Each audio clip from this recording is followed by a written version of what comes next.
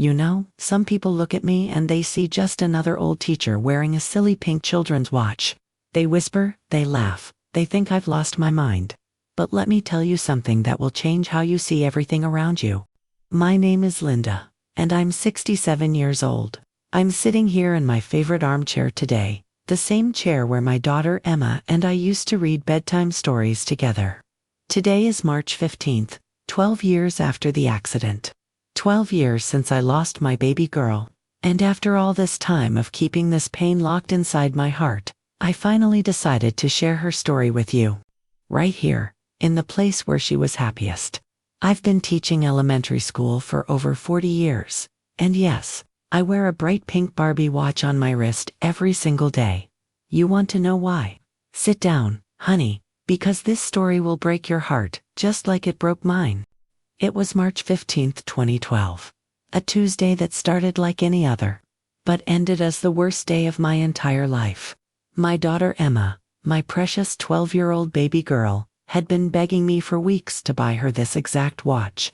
You know how kids are, they see something sparkly and pink and they just have to have it. I kept saying maybe next week or we'll see because, honestly, I thought it was just another phase. Emma was at that beautiful age where she was caught between being my little girl and wanting to be a teenager. She still slept with her stuffed rabbit, Mr. Hopscotch. But she'd started asking about makeup and when she could get her ears pierced. She was on the school's basketball team, even though she was the shortest player. And she had this infectious laugh that could fill up any room. That Tuesday morning, I was rushing around getting ready for work, when she bounced into the kitchen wearing her lucky purple sweater, the one with the small hole near the hem that she refused to let me throw away. Her hair was in 2 braids that she'd learned to do herself just the week before, and she was so proud of that accomplishment. "Mommy," she said, tugging on my sleeve like she did when she was 5, "remember the pink watch we saw at JCPenney? It's on sale this week." Mrs. Patterson said her daughter got the same one, and it even glows in the dark. Her eyes were sparkling with excitement, those big brown eyes that were exactly like my mother's, exactly like mine. I was checking my lesson plans and making her lunch at the same time, barely listening. "We'll see, sweetheart. Maybe this weekend," I said, without even looking up. Oh God, how I regret not looking up at her face in that moment. But she wasn't giving up that easily. "Please, Mommy. It's only $12.99 and I have $7 saved from my allowance. I could pay you back the rest by helping with extra chores." She was standing there in her little kitchen helper apron, the one covered in strawberries that we'd bought together at a craft fair 2 summers before. I finally looked at her then, and I saw something different in her expression. It wasn't just wanting a toy, it was something deeper. "You really love this watch, don't you, baby?" I asked, setting down my coffee mug to really focus on her for the first time that morning. She nodded so enthusiastically that her braids bounced. "It's not just pretty, Mom. Sarah's older sister says that when you have a special watch, time moves differently. Like the happy times last longer and the sad times go by faster. Isn't that magical?" My heart melted right there, in our little yellow kitchen. This was my Emma, always believing in magic, always finding wonder in the simplest things. "Okay," I said, kneeling down to her eye level. "After school today, we'll go to the mall and get your magical pink watch." The smile that spread across her face was like sunrise. She threw her little arms around my neck and whispered, "Thank you, Mommy. This is going to be the best day ever." How could I possibly know those would be among the last words she'd ever say to me? How could I know that her best day ever would become my worst nightmare? I was in my classroom grading papers when the principal walked in. You know that look, don't you? That look that tells you your world is about to shatter into a million pieces. "Linda," she said, her voice shaking, "there's been an accident." The next few hours are still a blur to me, even after all these years. I remember dropping my red pen, the one I always used for grading, and watching it roll across the floor. I remember Mrs. Henderson, the principal, trying to explain what happened. But her words sounded like they were coming from underwater. Emma never made it home from school that day. A drunk driver ran a red light on Maple Street, just 3 blocks from our house. 3 blocks. She was walking with her best friend Sarah, talking about the watch we were going to buy, when that monster stole my baby from me. Sarah survived with just a broken arm and some cuts. Emma took the full impact, trying to push her friend out of the way. Even in her final moments, my little girl was protecting someone else. The driver was a 34-year-old man named Robert Martinez. I learned later he had to DU his already, and was driving on a suspended license. He walked away from that crash without a scratch, while my Emma lay broken on that cold asphalt. He got 8 years in prison. 8 years for taking away my entire world. I remember running to the hospital, my hands shaking so badly I could barely hold the steering wheel. I remember calling my mother, my ex-husband David, Emma's grandparents, all these people who loved her so much. I remember the smell of that antiseptic, the sound of machines beeping, and the doctor's face when he told me there was nothing they could do. Dr. Reynolds was young, probably not much older than Emma would be now. He had kind eyes and gentle hands, and he sat with me for over an hour in that horrible little room with the beige walls and the tissue box that never seemed to run empty. She didn't suffer, he kept telling me. It was instantaneous. She didn't feel any pain. But I was feeling enough pain for both of us. I was feeling pain I didn't even know existed. Pain that started in my chest and spread through every cell in my body until I thought I might actually die from it. Part of me wished I would. My Emma, my sunshine, was gone, just like that. One moment she was bouncing around our kitchen talking about magical watches, and the next moment she was lying still forever under a white hospital sheet. The funeral was on a Thursday.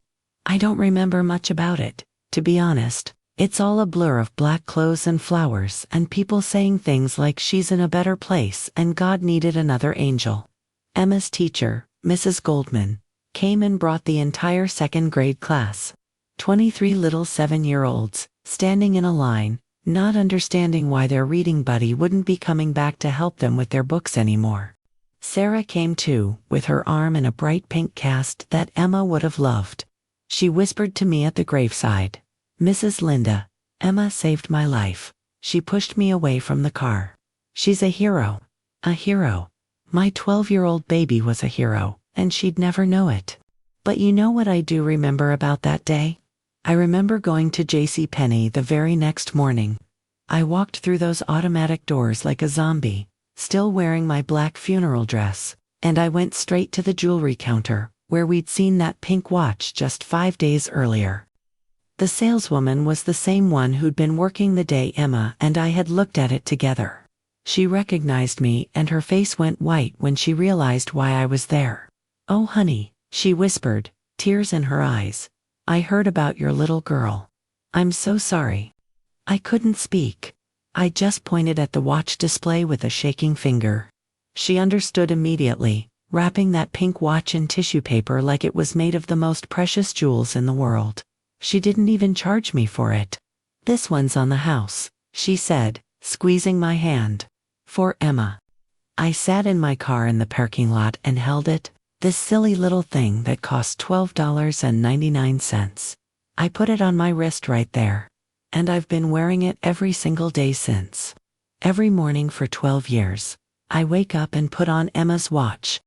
You should see how people look at me. My colleagues at school, they think I'm having some kind of breakdown. "Why is she wearing that childish thing?" they whisper. The new teachers, they giggle behind my back. Some of the older kids in 5th and 6th grade, they point and snicker. Even the parents at school events, I can see them judging me, this crazy old lady with her pink plastic watch. But here's what they don't understand, what nobody understands. This watch isn't just a watch, it's Emma. It's her laugh when she saw something she loved. It's her excitement about growing up and becoming a real teenager. It's the last thing she asked me for, and the only thing I have left of our plans together. The battery died 2 years after she passed. I panicked, I mean really panicked. I couldn't let it stop ticking, because somehow, in my broken mother's mind, I felt like if that watch stopped, Emma would be gone forever. So I found a little watch repair shop on the other side of town, run by an elderly man named Mr. Peterson. I sat in that tiny shop for 3 hours while he worked on it. The smell of watch oil and old leather filled the air, and the walls were covered with hundreds of clocks all ticking at slightly different rhythms. It should have been comforting, all that time moving forward together. But it just reminded me of all the seconds Emma would never have. Mr. Peterson was probably in his 70s, with gentle hands and thick glasses that made his eyes look enormous. He kept offering me coffee, asking if I wanted to come back later, but I couldn't leave. I couldn't let Emma out of my sight, not even for an hour. He probably thought I was insane. This woman clutching a children's watch like it was made of diamonds, tears streaming down my face in his quiet shop. "This is a good little watch," he said softly, not looking up from his work. "Japanese movement. Very reliable. Should keep good time for many years to come." He didn't ask why it was so important to me, didn't question why I was crying over a $12 children's timepiece. When he was finished, he handed it back to me, and the soft pink glow of the face seemed brighter somehow. "No charge," he said, waving away my wallet. "Sometimes the most important repairs can't be measured in dollars. Every 2 years, I go back. Every 2 years, I sit in that same chair and wait while Mr. Peterson changes the battery. He's never asked why, and I've never told him, but I think he knows. Some kindnesses don't need explanations." Last year, when I walked in, he just smiled and said, "Right on time, Linda. Let's take good care of your special watch." The hardest part isn't the big moments. You know, it's not the birthdays or Christmas mornings or graduation days she'll never have. It's the tiny, ordinary moments that catch you off guard and knock the breath right out of you. It's seeing a little girl in the grocery store throw a tantrum about candy and wishing Emma was there to roll her eyes and whisper, "I would never act like that, Mom." It's hearing a Taylor Swift song on the radio and remembering how Emma used to sing along. Completely off-key, but with such pure joy. It's spring mornings when the daffodils bloom in our front yard and knowing she'll never see them again. It's watching other mothers complain about their teenagers, about messy rooms and attitude and phone bills, and wanting to shake them and say, "Do you know how lucky you are?